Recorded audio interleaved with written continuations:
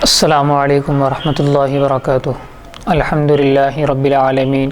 والصلاة والسلام علی سید المرسلین، اما بعد۔ محترم ناظرین و سامعین کرام، ہم آپ کے سامنے باب العلم انواریہ ایجوکیشنل سوسائٹی اور اس کے تحت چلنے والا ادارہ جامعہ انواریہ حیدرآباد دکن کے زیر اہتمام قرآن کریم کی مختلف تفاسیر بشمول سیاہ ستہ، حدیث و فقہ کی 100 سے زائد کتابوں کی ویڈیو ریکارڈنگ پیش کر رہے ہیں، اور مختلف فقہا، مفتیان کرام اور صوفیہ کی مختلف منتخب کتابوں کی ویڈیو ریکارڈنگ اور ان میں سے منتخب عناوین بھی آپ کے سامنے روزمرہ پیش کیے جا رہے ہیں، اور انہی میں سے ایک کڑی آپ کے سامنے مولانا مودودی کی گمراہی پر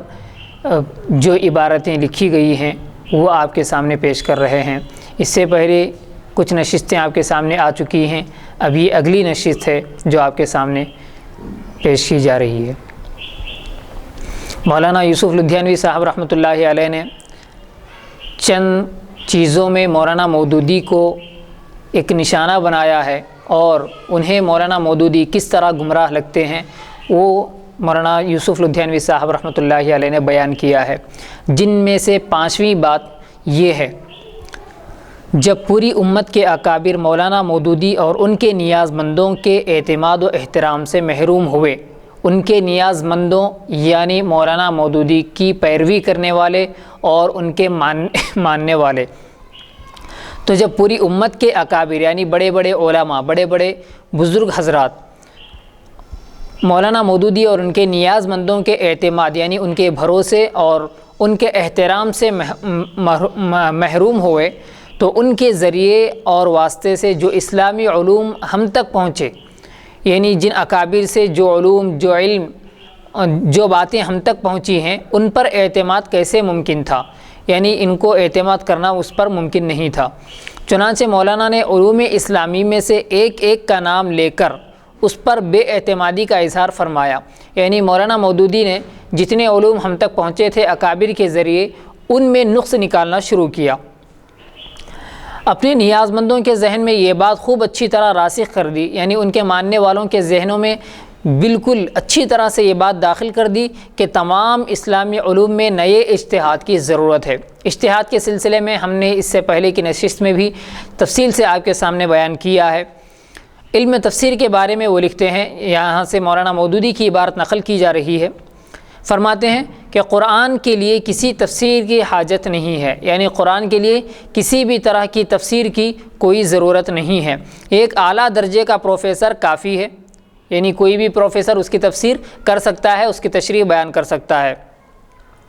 جس نے قرآن کا بنظر غائر مطالعہ کیا ہو، یعنی اچھی طریقے سے قرآن کا جو مطالعہ کیا ہوا ہے، اور جو جدید طرز پر قرآن پڑھانے اور سمجھانے کی اہلیت رکھتا ہو، وہ اپنے لیکچروں سے انٹرمیڈیٹ میں طلباء کے اندر قرآن فہمی کی ضروری استعداد پیدا کرے، یعنی قرآن سمجھنے کے لیے جو ضروری طاقت اور جو ضروری صلاحیت ہو سکتی ہے وہ پیدا کرے گا۔ پھر بی اے میں ان کو پورا قرآن اس طرح پڑھا دے گا کہ وہ عربیت میں بھی کافی ترقی کر جائیں گے، یعنی بی اے کی جو ڈگری ہے پھر بی اے میں بھی ان کے اندر ایک ایسی صلاحیت پیدا کر دے گا، وہ پروفیسر جو عربی جانتا ہے اپنے طلباء کو ایسا پڑھائے گا کہ ان کو بھی عربیت کی جو باریکیاں ہیں وہ باریکیاں بھی ان کو سمجھ میں آنے لگیں گی، اور اسلام کی روح سے بھی بخوبی واقف ہو جائیں گے، یعنی ان کے جو طلباء ہیں پروفیسر کے، وہ طلباء بھی عربیت جان کر عربی کی جو باریکیاں ہیں اس سے بھی واقف ہو جائیں گے، اور اس کی جو نزاکتیں ہیں، اس کی جو اشارات اور کنایات ہیں اس سے بھی وہ واقف ہو جائیں گے۔ یہ مولانا مودودی فرما رہے ہیں، یعنی ان کا نظریہ یہ ہے کہ قرآن کریم کی کسی خاص تفسیر کی کوئی ضرورت نہیں ہے۔ علم حدیث کے بارے میں تفہیمات میں صفحہ نمبر 288 سے صفحہ نمبر 298 تک، یعنی 287 سے صفحہ نمبر 298 تک مسلک اعتدال یہ نام سے اس عنوان سے مولانا کا ایک مضمون ہے، یعنی مولانا مودودی کا۔ اس میں موصوف نے جن خیالات کا اظہار فرمایا ہے، ان کے جو خیالات ہیں اور ان کے ذہن میں جو باتیں آتی ہیں ان کا انہوں نے اظہار فرمایا ہے، اس کا خلاصہ یہ ہے کہ کسی حدیث کا صحیح ہونا، یعنی جیسے کہا جاتا ہے یہ حدیث صحیح ہے، یہ حدیث ضعیف ہے، یہ حدیث حسن ہے، حسن لذاتی وغیرہ جو کہا جاتا ہے، تو انہوں نے کہا کہ اس کا خلاصہ یہ ہے کہ کسی حدیث کا صحیح ہونا حضرات محدثین کی تصریح پر، یعنی جو ان کی وضاحت ہے اس سلسلے میں، حدیث کے سلسلے میں ان کی تصریح پر موقوف نہیں ہے، بلکہ دراصل مزاج شناسی رسول پر موقوف ہے۔ یعنی رسول اللہ صلی اللہ علیہ وسلم کا جو مزاج تھا، آپ کے جو حالات تھے، اس سے واقف ہونا یہ اصل بات ہے، یہ اصل ہے، ورنہ محدثین نے جو صحیح حدیث اور ضعیف حدیث کی جو وضاحت کی ہے، جو صراحت کی ہے، اس پر کوئی موقوف کیا کوئی دار و مدار نہیں ہے۔ مشہور مفکر، مشہور منکر حدیث، یعنی حدیث کا انکار کرنے والے، یہ بھی ایک فرقہ ہے۔ جس طرح اہل قرآن ہے، اسی طرح منکر حدیث بھی ہے، حدیث کا انکار کرنے والے۔ تو مشہور منکر حدیث مسٹر غلام احمد پرویز نے، یہ اہل قرآن ہے، تو مسٹر غلام احمد پرویز نے ایک موقع پر لکھا تھا کہ حدیث کے بارے میں میری رائے بھی اس سے زیادہ سخت نہیں جو مولانا نے ظاہر فرمائی ہے۔ یعنی جو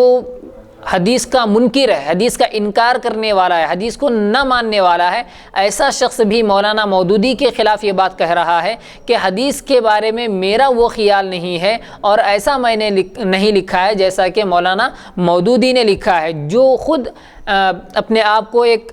حدیث کو ماننے والا کہتے ہیں۔ مولانا کی رائے کا خلاصہ انہی کے الفاظ میں یہ ہے، یعنی مولانا کی رائے کا خلاصہ، محدثین رحمہ اللہ کی خدمات، یعنی جو محدثین ہیں جنہوں نے حدیث کی کتابیں لکھی ہیں، محدثین رحمہ اللہ کی خدمات مسلم، یہ بھی مسلم کے نقد حدیث کے لیے جو مواد انہوں نے فراہم کیا ہے، یعنی جو ان کی خدمات ہیں وہ تو مسلم ہیں، یعنی ماننے کے لائق ہیں اور تعریف کے قابل ہیں۔ تو یہ بھی مسلم کے نقد حدیث کے لیے، یعنی حدیث میں جو یعنی راویوں کے اعتبار سے جو نقد ہوتا ہے، جو کمیاں ہوتی ہیں راویوں کے اعتبار سے، سند کے اعتبار سے، تو نقدی حدیث کے لیے جو مواد انہوں نے فراہم کیا ہے وہ صدر اول کے اخبار و آثار کی تحقیق میں بہت کارآمد ہے، یہ انہوں نے کہا ہے۔ تو جو محدثین کی خدمات ہیں ان کو بھی تسلیم کرتے ہیں، اور انہوں نے حدیث کے سلسلے میں جو نقد حدیث کا جو مواد ہے اور اس کے بارے میں جو باتیں ہیں، جو عبارتیں یا جو مضامین ہیں، ان کو بھی یہ تسلیم کرتے ہیں۔ کلام اس میں نہیں بلکہ صرف اس امر میں ہے، یعنی اس معاملے میں ہے، اس بات میں ہے کلام کہ کلیتاً، یعنی بالکلیہ طور پر، مکمل طور پر، کلیتاً ان پر اعتماد کرنا کہاں تک درست ہے، یعنی جو مواد انہوں نے محدثین نے تیار کیا ہے اس پر اعتماد کرنا، اس پر بھروسہ کرنا کیسا ہے۔ وہ بہرحال تھے تو انسان ہی، انسانی علم کے لیے جو حدیں فطرتاً اللہ نے مقرر کر رکھی ہیں ان سے آگے تو وہ نہیں جا سکتے، یعنی ان کا کہنے کا مطلب یہ ہے کہ وہ بھی انسان ہی تھے، ان سے بھی غلطیاں ہو سکتی ہیں۔ انسانی کاموں میں جو نقص فطری طور پر رہ جاتا ہے، یعنی جو کمی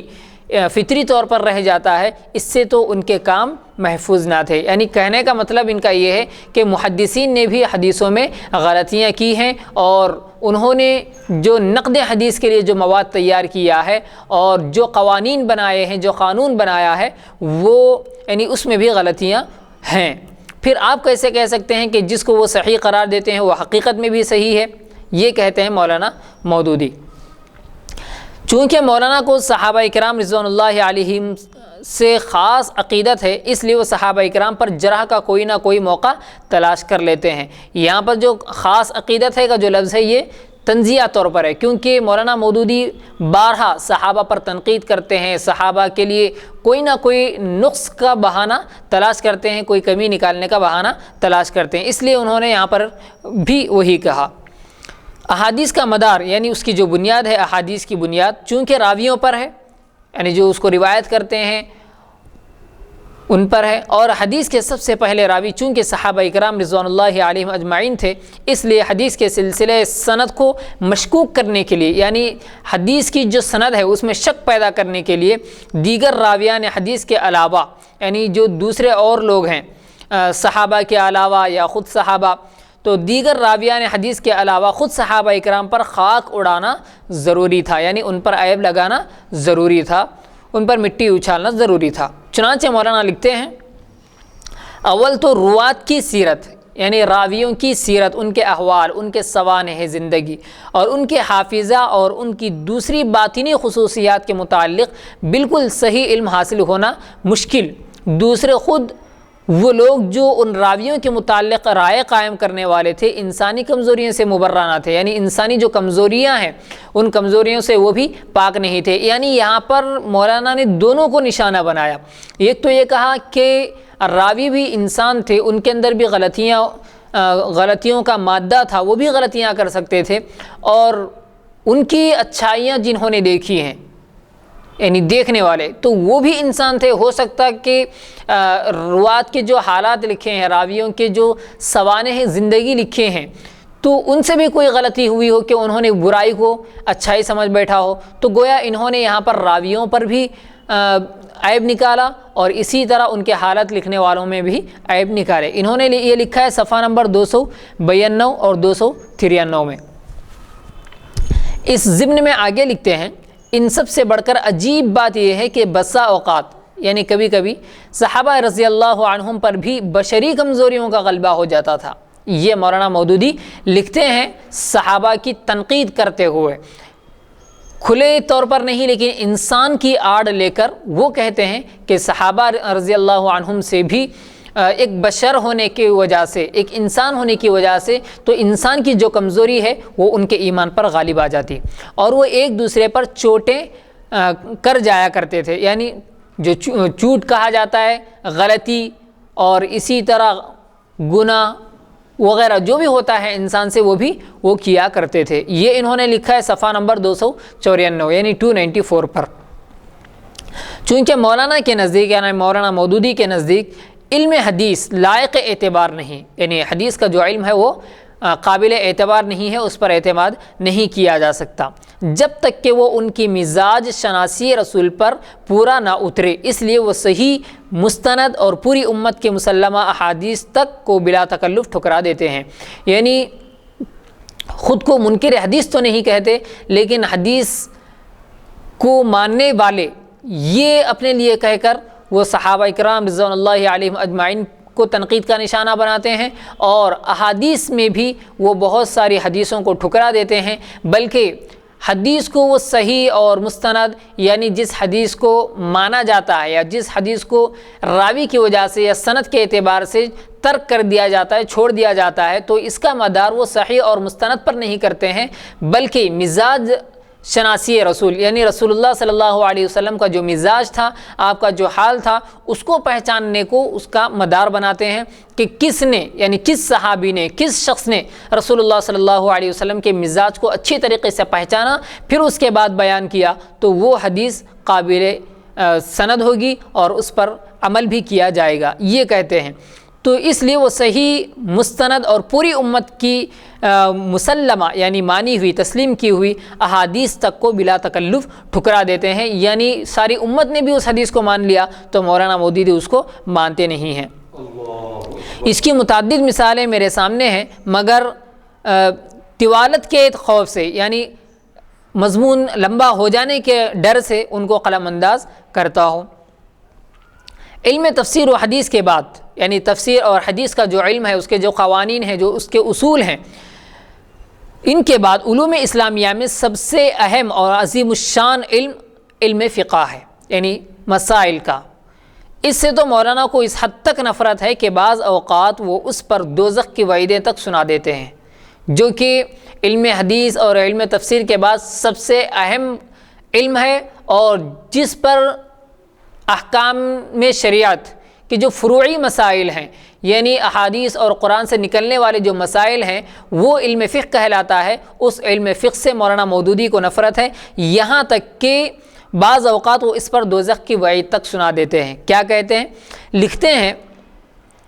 حقوق الزوجین ایک ان کا عنوان ہے، اس میں ایک بحث کے ضمن میں لکھتے ہیں، عبارت ہے ان کی، قیامت کے روز حق تعالیٰ کے سامنے ان گناہ گاروں کے ساتھ ساتھ ان کے دینی پیشوا بھی پکڑے ہوئے آئیں گے، یعنی ان لوگوں نے جن کی اتباع کی، جن کی پیروی کی، ان کو بھی لایا جائے گا اور اللہ تعالیٰ ان سے پوچھے گا کہ کیا ہم نے تم کو علم اور عقل سے اس لیے سرفراز کیا تھا، یعنی علم اور عقل تمہیں اس لیے دیا تھا کہ تم اس سے کام نہ لو،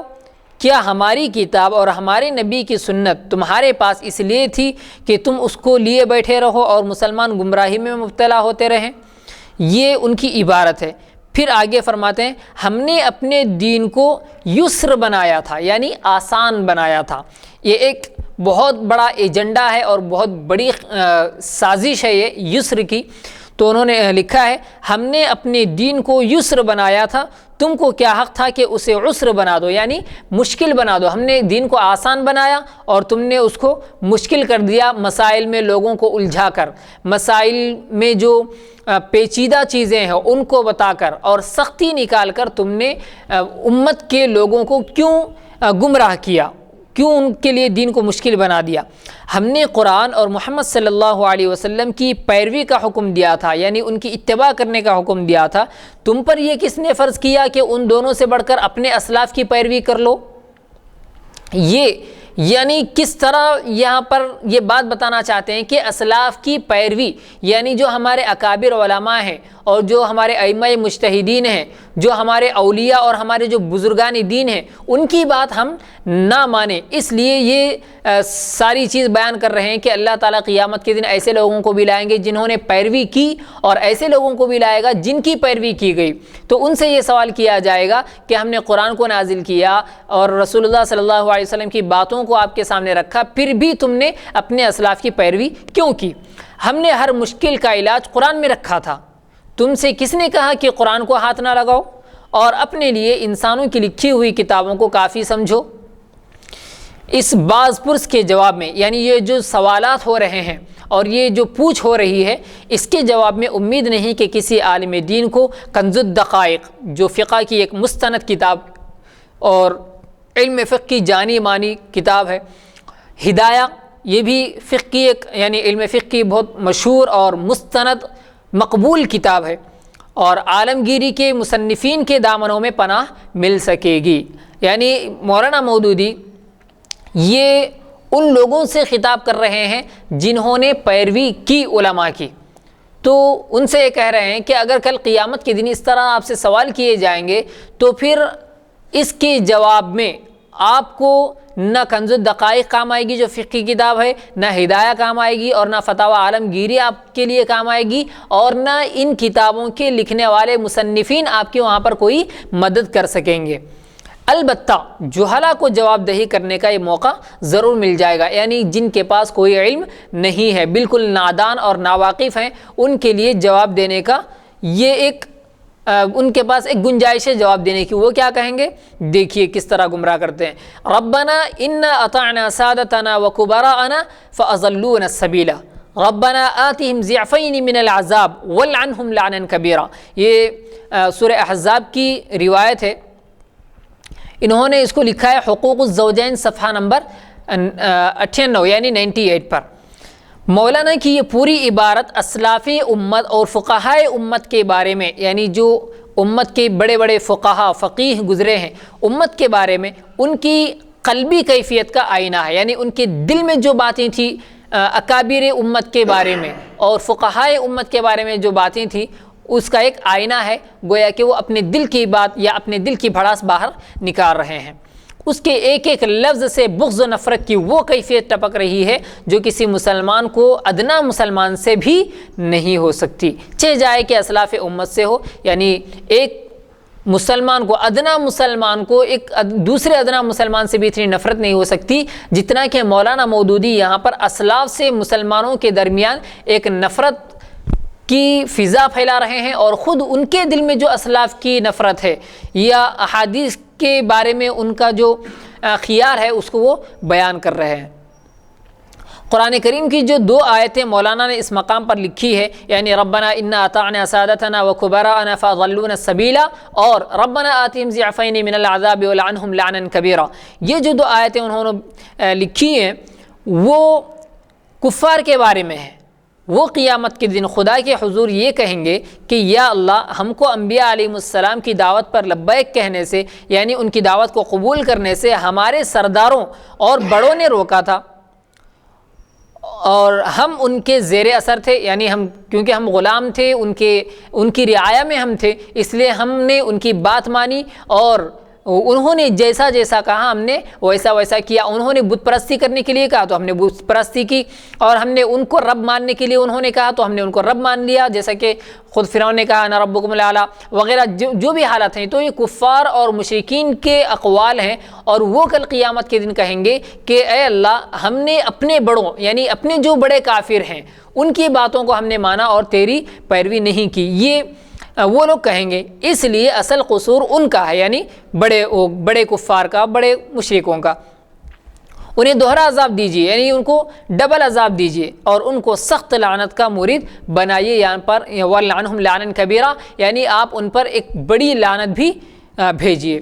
اکابر امت کے بارے میں مولانا کی یہ تحریر پڑھتا ہوں تو مجھے یہ فیصلہ کرنا مشکل ہو جاتا ہے کہ مولانا یہ عبارت لکھتے وقت یعنی یہ الفاظ لکھتے وقت غنودگی کی حالت میں تھے یا وہ خارجیوں کی طرح اسلاف امت کو واقعتاً خارج اسلام ہی سمجھتے ہیں. یعنی یہ عبارتیں لکھتے وقت مولانا کیا نیند کی حالت میں تھے, بے ہوشی کی حالت میں تھے, ان کی عقل معاف ہو گئی تھی, یا پھر جس طرح روافض اور خوارج کے ذہنوں میں صحابہ کی جو دشمنی تھی اس طرح کی دشمنی ان کے ذہن میں آ گئی تھی, تو واقعتاً خارج اسلام ہی سمجھتے ہیں صحابہ کو. کنز الدقائق, ہدایہ اور عالمگیری کے مصنفین تو یعنی یہ کتابیں لکھنے والے تو اپنی جلالت قدر کے باوجود, یعنی ان کا بہت بڑا ایک درجہ ہے اور ایک بہت بڑا رتبہ ہے ان کا, اس کے باوجود محض ناقل ہے, یعنی صرف نقل کرنے والے, کاپی کرنے والے ہیں. ان کا جرم تو بس اتنا ہے کہ انہوں نے یہ مسائل اپنی اپنی کتابوں میں نقل کر دیے ہیں, ورنہ یہ مسائل خود ان کے نہیں ہیں, یعنی انہوں نے نہیں لکھا ہے اور انہوں نے بنایا نہیں ہے, بلکہ ائمہ اجتہاد یعنی ائمہ مجتہدین, حضرت امام اعظم ابو حنیفہ رحمۃ اللہ علیہ, حضرت امام مالک رحمۃ اللہ علیہ, امام شافعی رحمۃ اللہ علیہ, اور امام احمد بن حنبل رحمۃ اللہ علیہ, اور امام ابو یوسف رحمۃ اللہ علیہ, یہ جو ہیں تو بلکہ ائمہ اجتہاد امام ابو حنیفہ, امام ابو یوسف, امام محمد رحمہ اللہ کے ہیں جو انہوں نے قرآن و سنت سے نکالے ہیں. کیا مولانا کے نزدیک یعنی مولانا مودودی کے نزدیک یہی اکابر کافروں کے سردار ہیں؟ جیسا کہ انہوں نے کہا کہ ربنا انا اطعنا سادتنا وکبرانا, کہ اے ہمارے رب ہم نے اپنے بڑوں کی اطاعت کی, اپنے بڑوں کی بات مانی, تو کیا یہی وہ لوگ ہیں جو کافروں کے سردار ہیں جن کے بارے میں کافر کل قیامت کے دن کہیں گے کہ ان کو ڈبل عذاب دے اور ان پر لعنت ڈال دے؟ تو کیا نعوذ باللہ یہ لوگ کافر ہیں اور کافروں کے سردار ہیں جن کو دوہرا عذاب دینے اور ان پر سخت لعنت کرنے کا قرآن کریم نے ذکر کیا ہے؟ یہ ایسا ہرگز نہیں ہو سکتا. صد افسوس کہ آج کا ایک لکھا پڑھا آدمی جو بدقسمتی سے منصب اجتہاد کی بلندیوں سے ناآشنا ہے, یعنی اجتہاد کے بارے میں اس کو کچھ بھی نہیں معلوم اور اس سے بالکل ناآشنا ہے, بے بہرا ہے, کوئی چیز نہیں معلوم, اور جس کے لیے ائمہ سلف کی عبارت کا یعنی پچھلے جو ہمارے بزرگان دین ہیں, ائمہ مجتہدین ہیں, اور جس کے لیے ائمہ سلف کی عبارت کا صحیح سمجھنا اور اس سے اپنی زبان میں منتقل کرنا بھی مشکل ہے.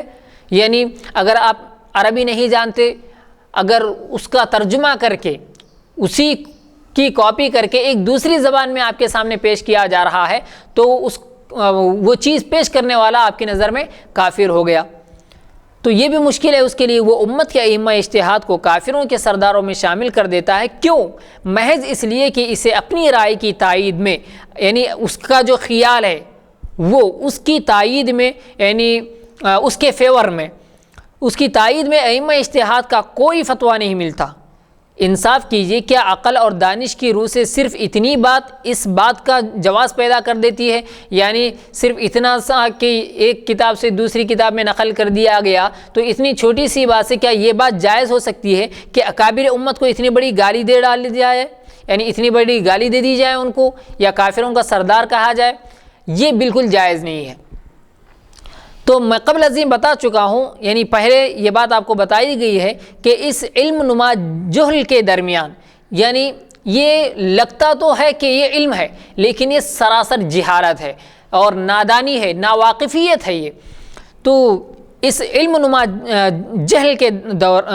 دور میں دین پر ثابت قدم رہنے کے لیے، یعنی دین پر جمے رہنے کے لیے اسلاف امت اور ائمہ اجتہاد کی انگلی پکڑ کر چلنا لازم ہے۔ یہ سہارا نہ ہو تو آج کا علم آدمی کے دین اور ایمان کی حفاظت کے لیے کافی نہیں ہے۔ یعنی جب تک اسلاف کا دامن نہ پکڑا جائے اور اسلاف کی کتابوں سے فائدہ نہ حاصل کیا جائے اور اسلاف کے اقوال پر عمل نہ کیا جائے تو پھر انسان کا دین اور اس کا ایمان محفوظ نہیں رہ سکتا۔ کیونکہ اگر اسلاف امت پر اعتماد نہ کیا جائے، اگر ان پر بھروسہ نہ کیا جائے تو شیطان بہت جلد آدمی کے نفس امارہ کو علم کے ٹٹو پر سوار کر کے ہوا و ہوس کی وادیوں میں بھٹکا دیتا ہے۔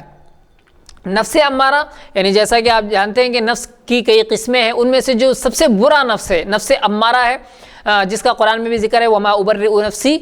ان النفس لامارۃ بالسوء، یعنی جو نفس امارہ جو ہے یہ برائی کا حکم دینے والا ہے۔ تو بہت جلد آدمی کے نفس امارہ کو، یعنی جو برائی کا حکم دینے والا ہے، اس کو علم کے ٹٹو پر سوار کر کے ہوا اور ہوس یعنی خواہشات کی وادیوں میں بھٹکا دیتا ہے، اور کسی کو پرویز جو اہل قرآن ہے، کسی کو چکڑالوی یہ جیسے اہل حدیث ہے، اور کسی کو غلام احمد قادیانی بنا دیتا ہے۔ لیکن صدحیف کہ مولانا مودودی اسلاف امت کی اتباع کو، یعنی جو اسلاف ہیں ان کی پیروی کرنے کو جو تریاق ایمان ہے، ہر گناہ سے بڑا گناہ ٹھہراتے ہیں۔ یعنی تریاق ایمان ہے، یعنی ایمان کے لیے بہت ضروری ہے، اور اگر ایمان کے لیے کوئی زہر بھی ہو تو اس کی دوا ہے اسلاف کی اتباع کرنا، اسلاف کی پیروی کرنا بہت ضروری ہے۔ یہ تریاق ہے، تریاق کا مطلب بہت بہترین دوا۔ تو ہر گناہ سے بڑا گناہ ٹھہرا دیتے ہیں، یعنی اسلاف کی پیروی کرنا ان کے نزدیک بہت بڑا گناہ ہے۔ اور ذہنی غلامی یعنی ذہنی اعتبار سے ان کا غلام ہو جانا، اس کو ذہنی غلامی کہہ کر اس کا مذاق اڑاتے ہیں۔ ملاحظہ وہ لکھتے ہیں کہ میرے نزدیک صاحب علم آدمی کے لیے، یعنی جس کے پاس علم ہے،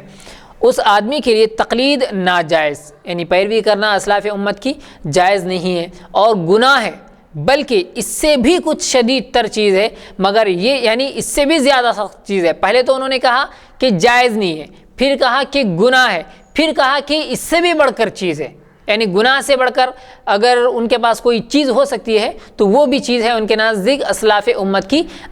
پیروی کرنا۔ مگر یہ یاد رہے کہ اپنی تحقیق کی بنا پر کسی ایک اسکول کے طریقے اور اصول کی اتباع کرنا اور چیز ہے، یعنی ایک اسکول میں آپ نے پڑھا، ایک کالج میں آپ نے پڑھا، اس کے اصول پر آپ اتباع کر رہے ہیں تو یہ اور چیز ہے، اور تقلید کی قسم کھا بیٹھنا بالکل دوسری چیز ہے۔ یعنی اگر آپ کو بات سمجھ میں آ رہی ہے تو آپ نے اتباع کر لی، لیکن اگر آپ بالکلیہ طور پر ان کی تقلید کرنے کی قسم کھا لی ہے آپ نے، یعنی آپ کے ذہن میں یہ بات ہے کہ آپ پیروی ہی کریں گے، آپ تقلید ہی کریں گے، اگر یہ ہے تو یہ بالکل دوسری چیز ہے، اور یہی آخری چیز ہے جسے میں صحیح نہیں سمجھتا۔ یعنی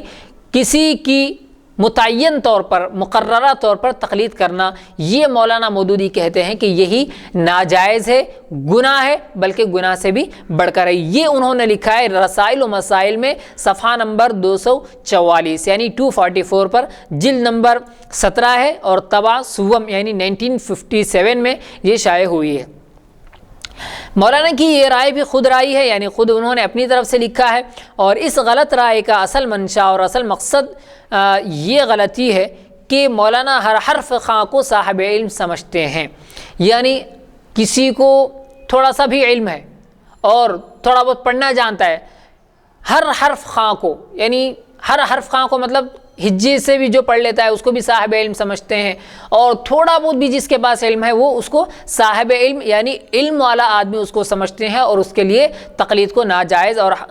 بلکہ گناہ کہہ دیتے ہیں، اور ہر صاحب علم کو مجتہد کا منصب تفویض کر دیتے ہیں، یعنی ہر ایسے آدمی کو جس کو تھوڑا بہت علم ہے اس کو اجتہاد کا درجہ دے دیتے ہیں۔ حالانکہ یہ دونوں باتیں غلط ہیں۔ مولانا نے اگر ذرا بھی غور و تأمل سے کام لیا ہوتا، یعنی تھوڑا سا بھی اگر سوچا ہوتا، تو انہیں نظر آتا کہ اجتہاد کا مقام بہت بلند ہے۔ یہی وجہ ہے کہ 4 صدی کے بعد، یعنی 400 سال کے بعد ہجرت کے، مجدد الفسانی رحمۃ اللہ علیہ اور شاہ عبدالعزیز محدث دہلوی تک پوری امت تقلید پر متفق چلی آتی ہے، یعنی چوتھی صدی کے بعد سے آج تک، بلکہ مولانا شاہ عبدالعزیز محدث دہلوی رحمۃ اللہ علیہ تک جتنی امت گزری ہے ساری امت نے تقلید کو مانا ہے اور تقلید پر ساری امت متفق بھی ہے۔ کیا یہ سارے اکابر مولانا کے نزدیک صاحب علم آدمی نہیں تھے؟ اور کیا وہ ائمہ اجتہاد کی تقلید کر کے مولانا کے بقول یعنی ان کے قول کے مطابق کہ ناجائز گناہ بلکہ اس سے کچھ شدید تر یعنی اس سے بھی سخت چیز کے مرتکب تھے، یعنی گناہ کے مرتکب تھے یہ لوگ مولانا شاہ عبدالعزیز محدث دہلوی رحمۃ اللہ علیہ اور ان تک آنے والی ساری امت کیا گناہ گار تھی تقلید کر کے؟ تو اصل بات وہی ہے جس کو میں عرض کرتا آ رہا ہوں کہ مولانا کو صحابہ اکرام سے لے کر بعد کی صدیوں تک کے اکابر امت میں سے کسی پر اعتماد نہیں تھا، کسی پر بھروسہ نہیں تھا، اس لیے ان کے واسطے سے جو علوم نبوت ہم تک پہنچا یعنی نبوت کا جو علم ہے اور ہم تک پہنچا ہے مولانا ان پر بھی اعتماد کرنے کو تیار نہیں ہے، کیونکہ وہ صحابہ سے ملا ہے اور صحابہ سے ان کو سخت تنقید ہے اور سخت نفرت ہے۔ علم فقہ کے بعد دین کا اہم ترین شعبہ جس کو پورے دین کی روح کہنا بیجا نہ ہوگا، یعنی کہنا بہت ضروری ہے کہ یہ دین کی روح ہے، وہ کیا ہے؟ علم تصوف ہے، جس کو حدیث جبرائیل میں احسان کے لفظ سے تعبیر فرمایا۔ جو حدیث جبریل ہے اس میں حضرت جبرائیل نے حضور صلی اللہ علیہ وسلم سے پوچھا تو اس میں ایک لفظ ہے احسان کا۔ تو قرآن کریم میں حضرت صلی اللہ علیہ وسلم کے 3 فرائض نبوت بیان کیے گئے ہیں۔ قرآن کریم میں جو نبوت کے جو فرائض ہیں، ہر چیز کا ایک فرض ہوتا ہے، ایک لازمی شے ہوتی ہے، جب تک وہ چیز نہ اپنائی جائے اس کا کوئی تصور نہیں ہوتا۔ تو اسی طرح نبوت کے بھی 3 فرائض بیان کیے گئے ہیں۔ پہلی چیز ہے آیات کی تلاوت، جیسے قرآن کریم میں بہت ساری جگہ ہے قرآن کریم کی تلاوت کرتے ہیں۔ تو پھر دوسری چیز ہے کتاب و حکمت کی تعلیم، اور تیسری چیز ہے تزکیہ۔ پہلی چیز آیات کی تلاوت، قرآن کی تلاوت کر کے بتا دینا۔ دوسری چیز ہے کتاب و حکمت کی تعلیم، یعنی اس کتاب کے اندر کیا کیا حکمتیں ہیں اس کی تعلیم دینا، یہ بتانا۔ اور تیسری چیز ہے تزکیہ نفس کرنا۔ تو یہ تینوں فرائض اپنی جگہ اہم ترین مقاصد ہیں، مگر ان میں بھی الاہم فالاہم، یعنی ان کے بھی درجے ہیں۔ ایک چیز اس میں بہت ہی زیادہ اہمیت رکھتی ہے، پھر اس کے بعد والی چیز اہمیت رکھتی ہے، تو اس طرح، مگر ان میں بھی الاہم فالاہم کی ترتیب ہے۔ چنانچہ تلاوت آیات تمہید ہے، یعنی پہلی چیز ایک تمہید ہے، پہلے جیسے انٹروڈکشن کہا جاتا ہے کہ کوئی تعارف کرانا، تو اس طرح تلاوت آیات تمہید ہے۔ تعلیم کتاب و حکمت کی، یعنی کتاب و حکمت بتانے کے لیے پہلے قرآنی آیات کی تلاوت کرنا ہوگا۔ آپ پہلے ہی تعلیم دے رہے ہیں کتاب کی اور حکمت کی تو باتیں سمجھ میں نہیں آئیں گی، پہلے اس لیے تمہید بنانا ہوگا، وہ ہے آیات تلاوت۔ تو یہ تلاوت آیات تمہید ہے تعلیم میں کتاب و حکمت کی، اور تعلیم کتاب و حکمت تمہید ہے تزکیہ کی۔ جب تک آپ تلاوت آیات نہیں کریں گے کتاب و حکمت نہیں سمجھا سکیں گے، اور جب تک کتاب و حکمت نہیں سمجھا سکیں گے تزکیہ نفس نہیں کر پائیں گے۔ تو یہ تینوں چیزیں ضروری ہے۔ گویا نبوت کا کام تلاوت آیات سے شروع اور تزکیہ پر ختم ہوتا ہے، اس لیے مقاصد نبوت میں سب سے بڑا، سب سے عالی، سب سے اہم اور غایت الغایات مقصد تزکیہ ہے، یعنی اصل مین جو دین کا جو مقام ہے اور دین میں جو سب سے اہم درجہ رکھنے والی جو چیز ہے وہ ہے تزکیہ نفس۔ اور تزکیہ نفس سے پہلے کتاب و حکمت کی تعلیم ہے، اور کتاب و حکمت کی تعلیم سے پہلے تلاوت آیات ہے،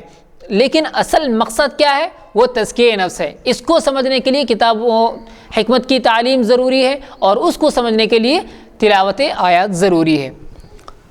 تو سب سے عالی، سب سے اہم اور غایت الغایات مقصد تزکیہ ہے، جسے یعنی دل کی پاکی، جسے دوسرے الفاظ میں تعمیر سیرت یا انسان سازی یعنی انسان بنانا، صحیح انسان بنانا، اور انسان کی جو فطرت ہے انسان کو اس فطرت پر لا دینا، یہ کہا جاتا ہے۔ بلا شبہ تلاوت آیات بھی ایک اہم مقصد ہے، کوئی شک نہیں کہ کتاب و حکمت کی تعلیم بھی بہت بڑا عالی شان منصب ہے، لیکن یہ دونوں چیزیں اپنی جگہ اہم مقصد ہونے کے باوجود تزکیے کے لیے تمہید اور مقدمے کی حیثیت رکھتی ہیں، جیسا کہ ابھی بتایا گیا۔ شاید یہی نکتہ ہے کہ قرآن کریم میں ان کا سہگانا فرائض نبوت کا، یعنی جو 3 فرائض بیان کیے گئے، ان فرائض نبوت کا ذکر کرتے ہوئے تلاوت آیات کو ہمیشہ مقدم رکھا گیا ہے، جبکہ تزکیے کو ایک جگہ تعلیم کتاب و حکمت سے مؤخر کیا گیا ہے۔ اس کے علاوہ ہر جگہ اسے مقدم کیا گیا ہے، یعنی تزکیے نفس کو پہلے لایا گیا ہے اور تعلیم کتاب و حکمت کو مؤخر کیا گیا ہے۔ لیکن قرآن کریم میں ایک جگہ ایسا ہوا ہے کہ تعلیم کتاب و حکمت کو بعد میں لایا گیا ہے اور تزکیے کو بعد میں لایا گیا ہے اور تعلیم کتاب و حکمت کو پہلے لایا گیا ہے۔ مؤخر بعد میں لانا تو وہی بتایا جا رہا ہے کہ شاید یہی نکتہ ہے کہ قرآن کریم میں ان کا سہگانا فرائض نبوت کا ذکر کرتے ہوئے، یعنی نبوت کے 3 فرائض بیان کرتے ہوئے تلاوت آیات کو ہمیشہ مقدم رکھا گیا، یعنی تلاوت آیات کو ہمیشہ پہلے بیان کیا گیا، جبکہ تزکیے کو، یعنی جو اصل مقصد ہے دین کا، انسان سازی سمجھیے یا پھر جو دین کا اصل مقصد ہے دل کی پاکی، تو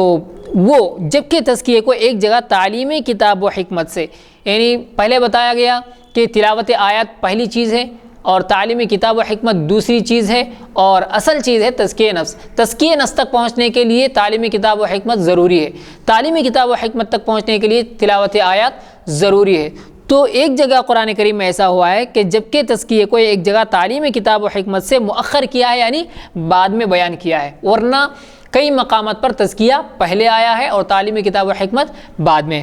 جیسے وَيُعَلِّمُهُ الْكِتَابَ وَالْحِکْمَةَ، اور ایک جگہ کہا گیا ہے وَيُزَكِّيهِمْ پہلے آیا ہے، تو اس طرح بھی آیا ہے۔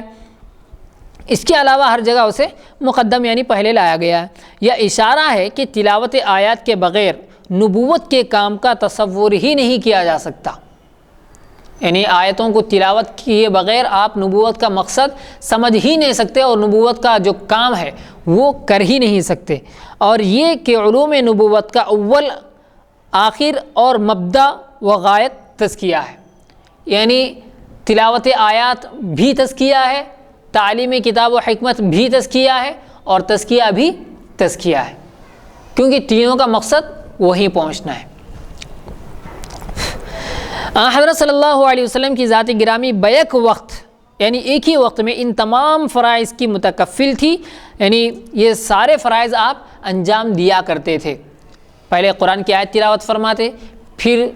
قرآن کریم میں جو حکمت اور علم کی جو باتیں ہیں وہ بتایا کرتے تھے، پھر اس کے بعد آپ دل کی صفائی کیا کرتے تھے، تزکیہ نفس کیا کرتے تھے۔ آپ صحابہ کرام کو خود قرآن کریم کے الفاظ بھی پڑھاتے ہیں، جیسا کہ کہا گیا ابھی، اس کے مفہوم و معانی اور احکام و مسائل کی بھی تعلیم دیتے، یہ ہے تعلیم کتاب و حکمت۔ اور تیسری چیز ہے اور ان کا تزکیہ اور اصلاح و تربیت بھی فرماتے تھے۔ آپ کے بعد جب یہ وراثت نبوت امت کے سپرد ہوئی تو ان تینوں شعبوں پر الگ الگ کام ہونے لگا، یعنی تلاوت آیات الگ ایک جماعت نے لے لیا، جیسے مثال کے طور پر حفاظ تلاوت آیات کرتے ہیں اور اس کے معنی و مفاہیم، یعنی اس کا مطلب علماء سمجھاتے ہیں، یہ ہوا تعلیم کتاب و حکمت۔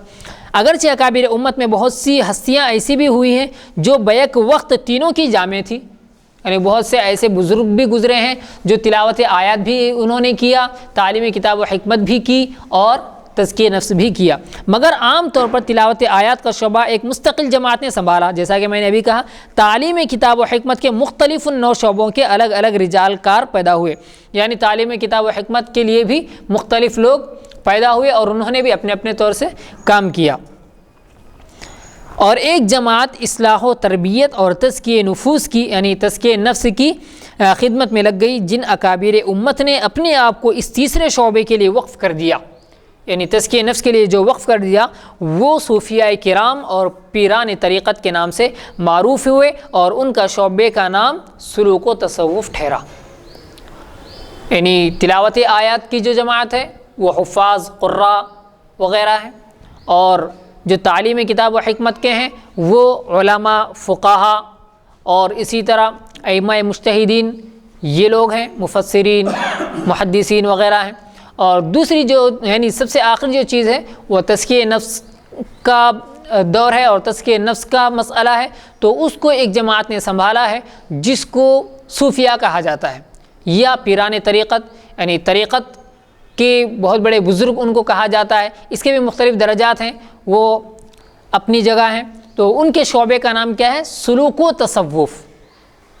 چلنا اور وہاں تک پہنچنا یعنی تصوف حاصل کرنا. تو اس مختصر سی وضاحت سے معلوم ہوا ہوگا کہ تصوف شریعت محمدیہ وعلی صاحبہ الف و الف صلوات والسلام سے کوئی الگ چیز نہیں ہے. یعنی تصوف کا شریعت سے کوئی تعلق نہیں ہے، ایسا ہرگز ہرگز ہرگز نہیں کہا جا سکتا. اور نہ صوفیہ کرام ہی کسی اور جہان کی مخلوق ہیں، اور ایسا بھی نہیں ہے کہ صوفیہ دنیا کی یعنی مخلوق سے ہی الگ ہے بالکل، کیونکہ بیچارے صوفیہ ایسے ہوتے ہیں کہ دنیا سے ان کا کوئی تعلق نہیں ہوتا. دنیا سے تعلق نہیں ہوتا یعنی دنیا کی رنگیلیوں سے، دنیا کے فوائد سے ان کا کوئی تعلق نہیں ہوتا. اور نہ وہ بھی ہم جیسے انسان ہیں، لیکن انہوں نے اپنے آپ کو اللہ کے لیے وقف کر دیا ہے، لوگوں کے تزکیہ نفس کے لیے، لوگوں کو سدھارنے کے لیے، اللہ تک انہیں پہنچانے کے لیے، اللہ تک ان کے لیے راستہ بنانے کے لیے انہوں نے اپنے آپ کو وقف کر دیا ہے. جن کے نام سے بد کہا جائے یعنی ان کے نام سے کوئی بری بات کہی جائے، بلکہ تصوف وراثت نبوت کا ایک مستقل شعبہ اور وظائف نبوت میں سے ایک مستقل وظیفہ ہے. اور صوفیہ کرام اس وراثت نبوت کے امین یعنی امانت دار اور اس عظیم الشان شعبے میں حضرت صلی اللہ علیہ وسلم کے خادم یعنی غلام اور آپ کے جانشین ہیں. اور یہ شعبہ اس قدر اہم اور اتنا نازک ہے، یعنی اس کی بہت زیادہ اہمیت ہے کہ نہ اس کے بغیر مقاصد نبوت کی تکمیل ہوتی ہے اور نہ یہ امت ہی اپنے اس فریضے سے عہدہ برا ہوتی ہے جو اس کے ذمہ عائد کیا گیا تھا. یعنی اگر تصوف کا شعبہ قائم نہ کیا جائے، صوفیہ نہ ہو، تو پھر نبوت کے جو مقاصد ہیں، نبوت کا جو مقصد تھا، وہ مقصد کبھی پورا نہیں ہو سکے گا. کیونکہ مقاصد نبوت، فرائض نبوت 3 ہیں: تلاوت آیات، تعلیمی کتاب و حکمت اور تزکیہ نفس، یا دوسرے الفاظ میں ہم اس کو تصوف کہیں. تو ان کے بغیر دین مکمل نہیں ہو سکتا اور نبوت کے جو اصل 3 مقاصد ہیں وہ پورے نہیں ہو پائیں گے.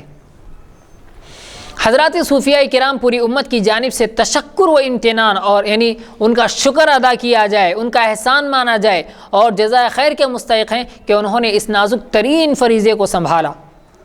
دنیا چھوڑنا، اپنے گھر والوں کو چھوڑ دینا اور اپنے اہل و عیال کی کوئی فکر نہ ہو اور اپنے آپ کو فقیر کہلوانا، دنیا سے کوئی تعلق نہیں. تو اس طرح انہوں نے اس نازک ترین فریضے کو سنبھالا اور نہایت خاموشی اور یکسوئی کے ساتھ یعنی دل جوئی کے ساتھ ایک رخ ہو کر افراد امت کی اصلاح و تربیت، تزکیہ نفوس اور انسان سازی کا کام کیا، انسان کو بنانے کا کام کیا. اگر یہ نہ ہوتا تو یہ امت وراثت نبوت کے اس شعبے سے محروم ہو جاتی اور عالم نما جاہلوں کی بھیڑ ہو جاتی. یعنی دیکھنے میں تو عالم ہوتے، بہت سارے ہیں عالم جو دکھنے میں تو عالم ہیں، لیکن تزکیہ نفس سے وہ خالی ہوتے اور نفوس ان کے یعنی ان کے دل صاف نہیں ہوتے. تو اس لیے صوفیہ، حضرات صوفیہ کرام بہت ہی زیادہ ان کا احسان مانا جائے اس لائق ہیں، اور ان کا شکر بجائے لایا جائے وہ بھی اس کے قابل ہیں. تو ہمیں ان کا احسان ماننا چاہیے، نہ کہ ان پر اعتراضات کیے جائے. امت کو اگر میدان جہاد میں سر بکف جاں بازوں کی ضرورت ہے، یعنی اگر جہاد کے میدان میں اپنے سر پر کفن باندھ کر جانے والوں کی اگر ایسے غازیوں کی اگر ضرورت ہے، اگر مکاتب و مدارس یعنی مدرسوں میں، مکتبوں میں اور دانش کدوں میں یعنی جہاں پر عقل مند لوگوں کی ضرورت ہے، وہاں پر لائق اساتذہ کی ضرورت ہے، اگر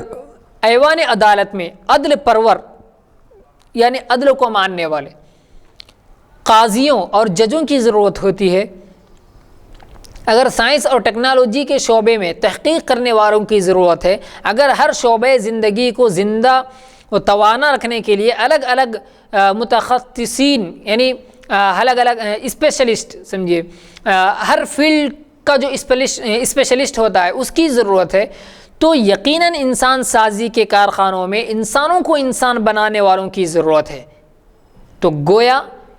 حضرات صوفیاء کرام کی ضرورت ہے انسانوں کے لیے۔ تو انسان سازی کے کارخانے خانقاہیں ہیں، اور جو حضرات انسان سازی کا کام کر رہے ہیں انہیں صوفیاء کہا جاتا ہے۔ میری طرح مولانا مودودی نے چونکہ اس کوچے میں گھوم پھر کر نہیں دیکھا، یعنی حضرات صوفیاء کیا ہیں، ان کا مقصد کیا ہے، ان کا کام کیا ہے، وہ کرتے کیا ہیں، یہ انہوں نے جا کر نہیں دیکھا، تو اس لیے مولانا یوسف لدھیانوی صاحب فرماتے ہیں کہ میری طرح، یعنی خود کو بھی اس کے اندر شامل کر لیا، لیکن انہوں نے کبھی حضرات صوفیاء کی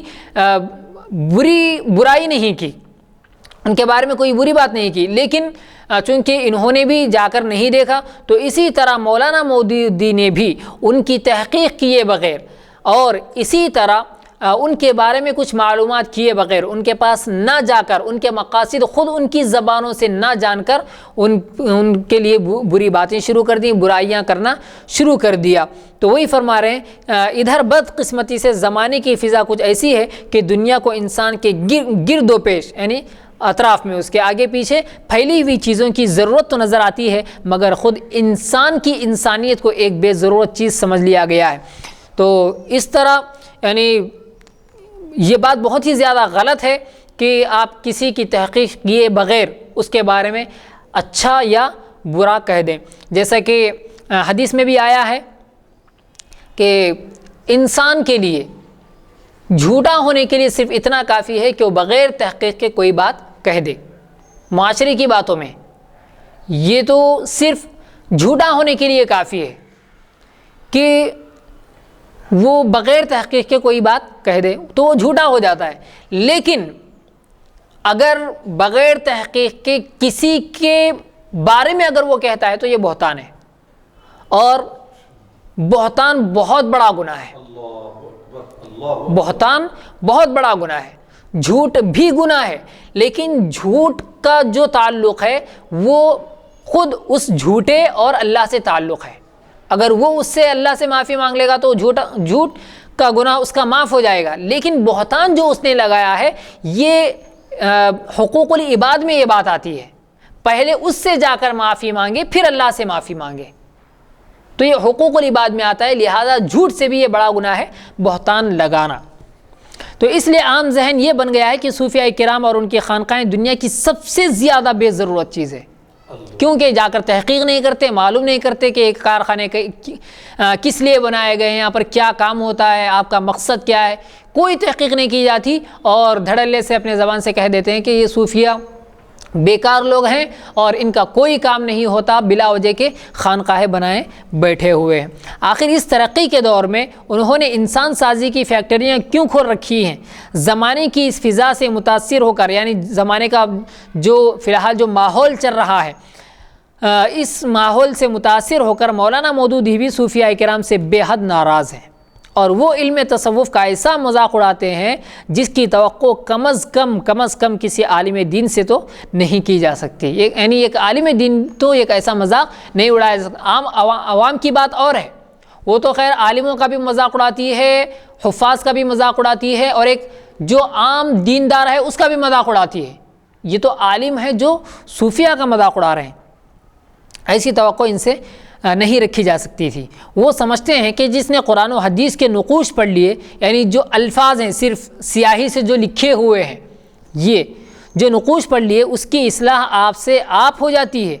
اور یعنی خود سے ہو جاتی ہے، اور اسے کسی کے جوتوں میں جا کر بیٹھنے کی ضرورت نہیں ہے، یعنی خود پڑھ لینے سے بھی خود کی اصلاح ہو جاتی ہے، کسی کے پاس جا کر اور اس کی جوتیوں کے پاس بیٹھ کر جوتیاں سیدھی کر کے اس طرح کی کوئی ضرورت نہیں ہے۔ حالانکہ اگر حرف خوانی کا نام علم ہوتا، یعنی صرف الفاظ کے پڑھ لینے کا نام کتاب میں دیکھ کر، کسی بھی ورق میں دیکھ کر پڑھ لینے کا نام اگر علم ہوتا، اور اگر اسی سے اصلاح و تزکیہ بھی ہو جاتا، تو امام غزالی رحمۃ اللہ علیہ کو نظامیہ چھوڑ کر مارے پھرنے اور المنقذ من الضلال،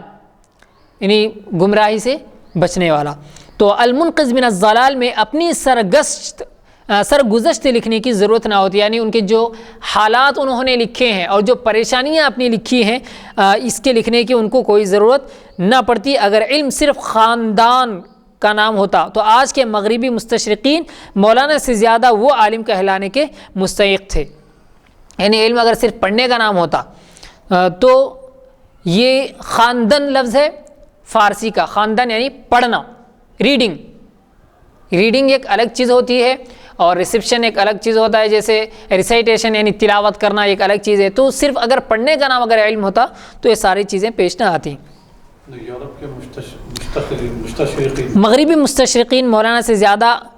وہ عالم کہلانے کے مستحق ہوتے ہیں، یعنی وہ بھی صرف ریڈنگ جانتے ہیں، پڑھنا، کیونکہ اسلام کی تحقیقات ان کے پاس بھی بہت زیادہ ہیں، ان سے زیادہ ہیں. ہاں، اگر اس کو معیار بنایا جائے کہ صرف اگر خالی پڑھنا ہے نکلنا ہے اور تزکیہ نفس وغیرہ یہ کوئی چیز نہیں ہے، اگر اس کو معیار بنایا جائے تو مستشرقین یعنی جو یورپی لوگ ہیں، وہاں کے جو انگریز وغیرہ جو بھی زبان جانتے ہیں، وہ لوگ تو مولانا مودودی سے بھی بڑے عالم ہیں. اگر اس کو معیار بنایا جائے تو مولانا مودودی ان کے سامنے کسی قابل نہیں ہے، کیونکہ ان کے پاس علم ہوتا اتنا زیادہ ہے کہ وہ اتنے پڑھے لکھے ہوتے ہیں، اتنے زیادہ پڑھے لکھے ہوتے ہیں، لیکن جس چیز کی کمی ان کے پاس ہے وہ ہے تزکیہ نفس، یعنی صوفیاء کرام کی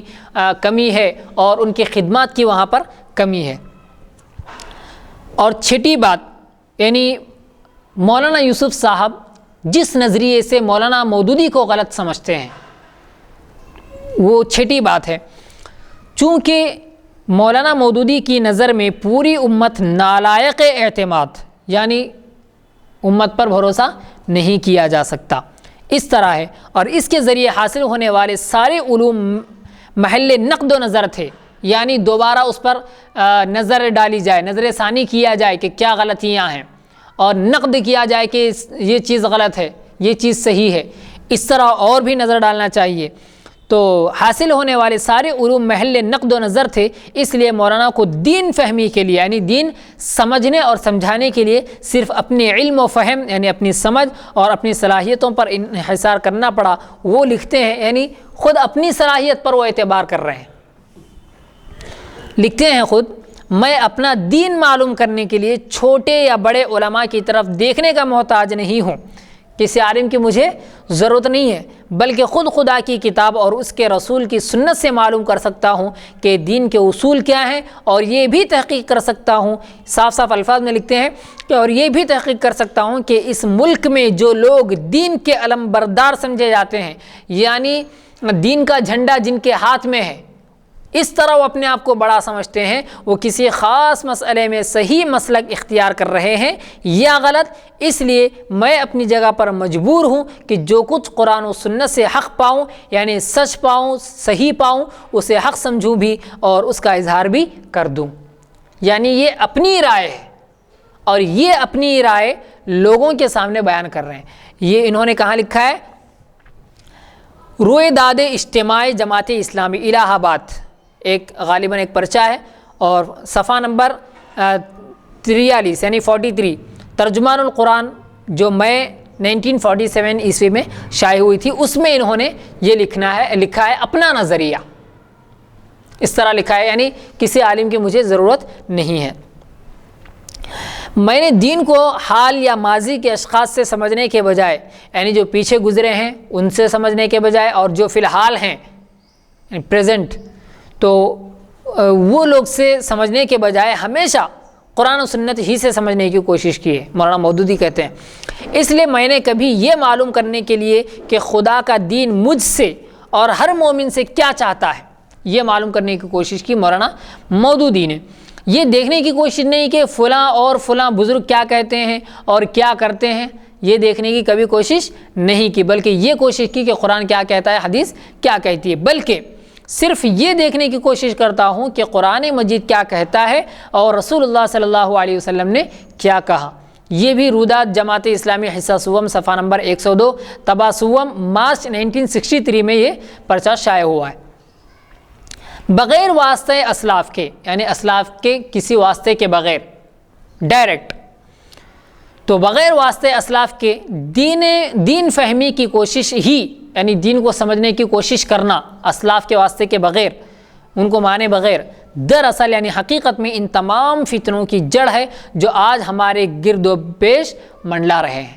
تو یہ سارے جو فتنے پھیل رہے ہیں یہ صرف اسی وجہ سے ہیں کہ اسلاف کو ہم نے نہیں مانا، ان کی باتوں کو اپنا ان کو ایک اپنا نمونہ نہیں بنایا، آئیڈیل نہیں بنایا، تو اس لیے سارے فتنے آج برپا ہو رہے ہیں، رونما ہو رہے ہیں، دیکھنے کو مل رہے ہیں۔ ہمیں بتایا یہ جاتا ہے کہ ہم قرآن و سنت سے دنیا دین معلوم کر رہے ہیں، لیکن ہوتا یہ ہے کہ برعکس اس کے اسلاف امت سے بے نیاز ہو کر، یعنی برخلاف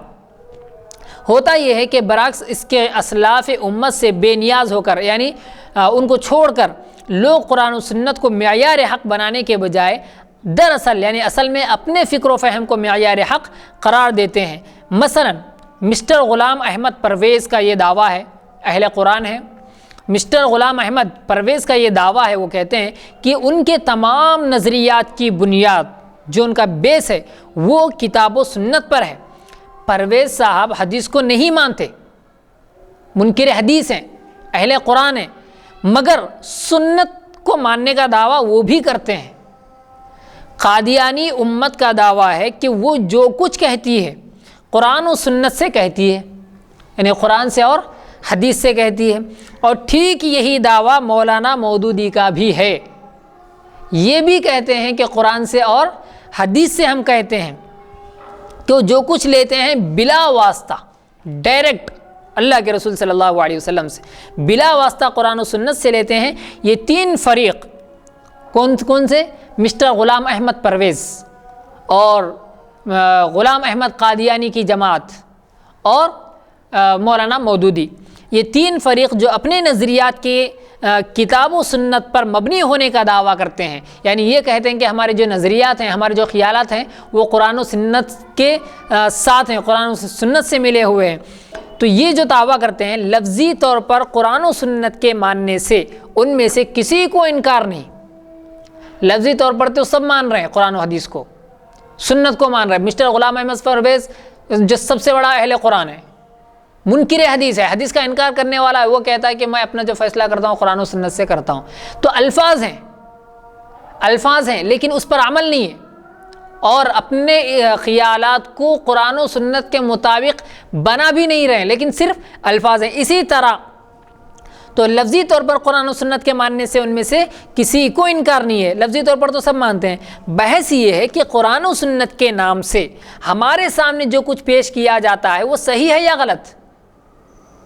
قرآن و سنت یہ کہہ تو رہے ہیں، لفظی طور پر مان رہے ہیں، لیکن قرآن و سنت کا نام لے کر یہ لوگ جو پیش کر رہے ہیں وہ صحیح ہے یا غلط ہے، یہ اس میں یہ دیکھنا ہے۔ اس کے جانچنے کا معیار ہمارے پاس کیا ہے؟ ہم کس کسوٹی پر، یعنی کس پیمانے پر، کس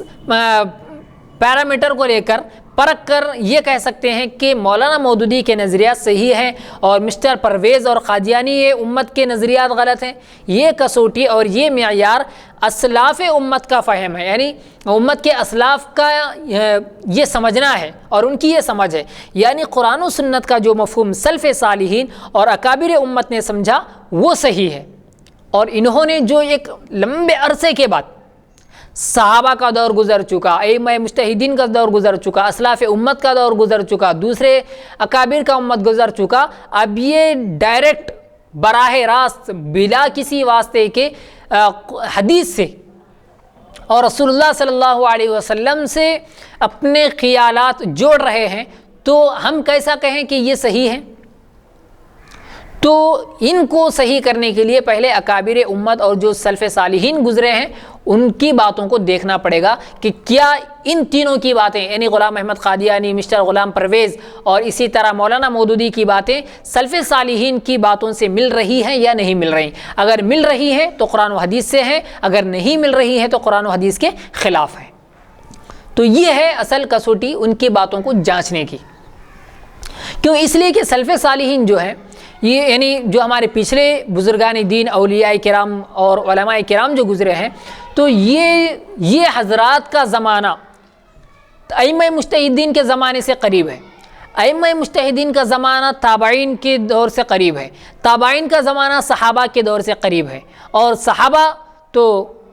حضور صلی اللہ علیہ وسلم سے ملے ہوئے ہیں، آپ کی ملاقات ہے، تو ایک قربت دیکھ کر ہم یہ معاملہ طے کر سکتے ہیں کہ یہ بات صحیح ہے یا غلط ہے، اور اگر جو اس کے خلاف ہو وہ غلط ہے، اس کے برعکس یعنی اس کے برخلاف اگر اس کا اپوزٹ اگر دیکھا جائے تو قادیانی، پرویز اور خود مولانا مودودی اس معیار کے قائل نہیں ہے. یعنی کس معیار کے قائل نہیں ہے؟ کہ اکابر کی بات کو مانا جائے، اسلاف کی بات کو مانا جائے، یہ اس کے خلاف ہے. وہ لفظ میں ہے بس، صرف الفاظ میں ہے، اور اکابر کی بات کو تو یہ الفاظ میں بھی نہیں بتاتے. سنت کی بات کو یہ الفاظ سے کہتے ہیں کہ ہم قرآن و حدیث سے یعنی قرآن و سنت سے اپنا فیصلہ کرتے ہیں. لیکن اکابر تو یہ جو کہتے ہیں ہم ان کی بات کو کب صحیح مانیں گے؟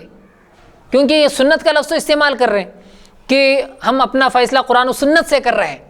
اب اگر کوئی بھولا بھالا انسان ہوگا تو ان کی بات کو مان لے گا، ان کی بات کو مان لے گا. یعنی ایک معنی میں دھوکہ دے رہے ہیں. دھوکہ ہے یہ. تو مولانا مودودی یہ فرما رہے ہیں کہ میں قرآن و سنت سے اپنا فیصلہ کرتا ہوں. مسٹر غلام پرویز جو کٹر منکر حدیث ہے، حدیث کا بالکلیہ طور پر انکار کرتا ہے. غلام احمد قادیانی حدیث کو مانتا ہی نہیں. اس کا جتنا بھی ایجنڈا، جتنا بھی پروپیگنڈا ہے صرف قرآن کی اسی حدیث سے ہے اور قرآن کی اسی آیت سے ہے. تو یہ بھی حدیث یعنی ساری اگر حدیث کو مانتا بھی ہے تو ساری حدیثوں کو نہیں مانتا. تو اس طرح یہ لوگ قرآن و سنت کا لفظ لے کر،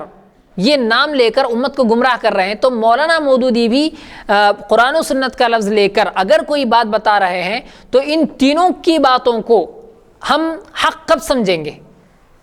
قرآن و سنت کے مطابق کب سمجھیں گے؟ کس چیز کو لے کر ہم کہیں گے کہ یہ بات ان کی صحیح ہے، قرآن و سنت کے مطابق ہے؟ تو ہمارے پاس جو جانچنے کا معیار ہے، جو میٹر ہے اور جو پیمانہ ہے ہمارا ان کا دیکھنے کا کہ یہ صحیح ہے یا غلط ہے، تو وہ اس طرح دیکھیں گے کہ یہ تینوں فریق ہیں اور یہ ہم ہیں. تو قرآن و حدیث سے، قرآن و سنت کے مطابق ہونے کے لیے پہلے ہم یہ دیکھیں گے کہ ان کی باتیں اسلاف کی باتوں سے مل رہی ہیں یا نہیں مل رہی ہیں، کیونکہ یہ اسلاف کو نہیں مانتے ہیں. اگر ان کی باتیں اسلاف سے ملتی ہیں تو پھر وہ صحیح ہے، اگر نہیں ملتی ہیں تو غلط ہے. اس کے برعکس قادیانی، پرویز اور غلام اور خود مولانا مودودی اس معیار کے قائل نہیں. وہ اس پیمانے کو توڑ دینا چاہتے ہیں اور دین فہمی میں یعنی دین کے سمجھنے میں حال یا ماضی کے اشخاص کے زیر بار یعنی ان پر زیر بار احسان نہیں رہنا چاہتے، یعنی ان کے احسان تلے نہیں رہنا چاہتے اور خود اپنا دین سمجھنا چاہتے ہیں، بلکہ براہ راست قرآن و سنت سے انہیں جو کچھ سمجھ میں آئے اسے دین سمجھنے پر بضد ہیں، یعنی اڑے ہوئے ہیں. کتاب و سنت سے براہ راست جو کچھ انہوں نے سمجھا ہے وہ ان کے نزدیک حق ہے اور جو اس کے خلاف ہو وہ باطل ہے. گویا حق و باطل کا اصل معیار قرآن و سنت نہ ہوا بلکہ قرآن و سنت کا وہ فہم ہوا جس کا ہر ایک کو دعویٰ ہے. یہ ہے وہ اصل نقطہ جس پر مولانا مودودی سے مجھے اختلاف ہے. میرے نزدیک معیار حق یعنی حق کا جو معیار ہے، جو کسوٹی ہے، وہ قرآن و سنت کا وہ فہم ہے جو صحابہ اکرام رضوان اللہ علیہم اجمعین کے زمانے سے آج تک نسلاً بعد نسلین، آج تک نسلاً بعد نسلین متوارث چلا آتا ہے، وراثت کے ساتھ بالکل تواتر کے ساتھ پے در پہ چلا آ رہا ہے. یہ اصل معیار حق ہے اور مولانا مودودی کے نزدیک حال یا ماضی کے اشخاص کو درمیان میں واسطہ بنانا ہی غلط ہے. یعنی گویا کہ آپ سیدھا صحابہ کے دور میں جا کر حضور صلی اللہ علیہ وسلم سے آپ مل رہے ہیں. اس لیے ان کے نزدیک معیار حق خود ان کا ذاتی فہم ہے، یعنی ان کی جو سمجھ ہے وہ سمجھ ہے جو براہ راست انہیں قرآن و سنت میں حاصل ہے. یہ ان کی سمجھ صحیح بھی ہو سکتی ہے، غلط بھی ہو سکتی ہے، مکمل بھی ہو سکتی ہے، ناقص بھی ہو سکتی ہے. تو بہرحال انہوں نے اپنا معیار حق جو بنایا وہ خود اپنی سمجھ کو بنایا، نہ کہ قرآن کو بنایا، نہ حدیث کو بنایا، نہ ہی اسلاف کو بنایا. تو یہ تھی وہ. جبکہ یہ قرآن مجید میں خود اللہ عز و جل یہ ارشاد فرماتا ہے کہ اے لوگو اگر تمہیں معلوم نہیں ہے تو علم رکھنے والوں، جی قرآن میں کہا گیا ہے کہ فَاسْأَلُوا أَهْلَ الذِّكْرِ إِن كُنتُمْ لَا تَعْلَمُونَ. اگر آپ نہیں جانتے ہیں تو پھر کسی جاننے والے سے پوچھیے. ابھی بھی کیا کر رہے ہیں؟ کسی سے مت پوچھیے، کسی سے مت پوچھیے، آپ کو جو سمجھ میں آتا ہے آپ وہ کریے. جی ہاں، قرآن پڑھیے، آپ کو جو سمجھ میں آتا ہے وہ آپ کریے. حدیث پڑھیے، آپ کو جو سمجھ میں آتا ہے آپ وہ کریے. یعنی انسان کی سمجھ کو وہ معیار حق بناتے ہیں. انسان کی سمجھ جو ہے ان ان کا یہ جو کہنا ہے، جی یہ جو ان کا نظریہ ہے، یہ جو مودودی کی جو گمراہی ہے، جو جی فکر ہے، بالکل قرآن مجید کے خلاف ہے. بالکل قرآن مجید کے خلاف ہے. قرآن مجید میں خود اللہ عز و جل ارشاد فرماتا ہے، ہم نے لوگوں میں ان کے درجے بلند کیے جی جو ایمان کے بعد علم دین حاصل. والذین اوتوا العلم درجات، یعنی جو لوگ علم والے ہیں ان کے بہت سارے درجات ہیں. اللہ تعالیٰ نے علم والوں کے درجات کو بلند کیا ہے، اور مختلف درجے ہیں. کوئی اعلیٰ درجے پر ہے اور کوئی متوسط درجے پر ہے، کوئی ادنا درجے پر ہے. ہم تو ادنا درجے میں، کیونکہ ہم اسلاف کو بھی مانتے ہیں الحمدللہ. تو ہم ادنا درجے کی حیثیت رکھنے کی وجہ سے ہم اسلاف کو مانتے ہیں، کیونکہ اسلاف تابعین کو مانا، تابعین نے صحابہ کو مانا، صحابہ نے حضور صلی اللہ علیہ وسلم کے نقش قدم پر اپنی ساری زندگی گزاری، اور وہی ساری زندگی نسلوں کے بعد، نسلاً بعد نسلاً آج تک ہم تک پہنچی ہے. اسی پر ہم اعتماد کرتے ہوئے اپنی زندگی اور اپنی شریعت چلا رہے ہیں. بس اللہ رب. اور یہی جو ہے قرآن مجید کی آیت سے یہ بات واضح ہوتی ہے، ثابت ہوتی ہے کہ اے لوگو اگر تمہیں معلوم نہیں ہے تو علم والوں سے پوچھو. جی انہوں نے خود قرآن کی اس آیت مبارک میں یہ اس آیت سے اشارہ بھی مل رہا ہے جی کہ دین یعنی علماء کی صحبت میں، جی صوفیاء اولیاء کی صحبت میں، ان کی صحبت میں بیٹھ کر حاصل کیا جائے جی جی تو نجات والا علم تمہیں حاصل ہوگا، جی کامیابی والا علم تمہیں حاصل ہوگا، اور اللہ و رسول کی تمہیں رضا حاصل ہوگی. جی اللہ و رسول تم سے راضی ہو جائیں گے اور خوش ہو جائیں گے جی اگر تم ان کے ذریعے علم حاصل کرتے ہو. اور خود حدیث مبارکہ میں ہے کہ پیارے نبی صلی اللہ علیہ وسلم کا ارشاد مبارک ہے کہ یعنی ایک عالم 70 مختلف روایت جی جی ہیں، جی اس کا مفہوم یہ ہے کہ 70,000 عابدوں پر یعنی شیطان کے وسوسوں پر وہ 70. جیسا ایک اور بھی حدیث ہے جی، جیسے فضل العالم علی العابد کل بدر او کما قال علیہ السلام، یعنی عالم کی فضیلت ایک عابد پر ایسی ہے جیسا کہ 14ویں رات کا جو چاند ہوتا ہے اس کو سارے ستاروں پر جو فضیلت ہوتی ہے، یعنی ہزاروں کروڑوں ستارے مل کر وہ روشنی نہیں دے سکتے جو ایک چاند دیتا ہے. تو اللہ رب العزت سے دعا ہے کہ اللہ تبارک و تعالی ہم تمام کو اسلاف کی قدر کرنے کی، ان کا احترام کرنے کی توفیق عطا فرمائے، اور ان کے نقش قدم پر چلنے کی توفیق عطا فرمائے. تلاوت آیات، کتاب و حکمت، اور اسی طرح تزکیہ نفس کو اپنانے کی توفیق عطا فرمائے، اور مقاصد نبوت کو جہاں تک ہو سکے انجام دینے کی توفیق عطا فرمائے. آمین. وآخر دعوانا ان الحمد للہ رب العالمین.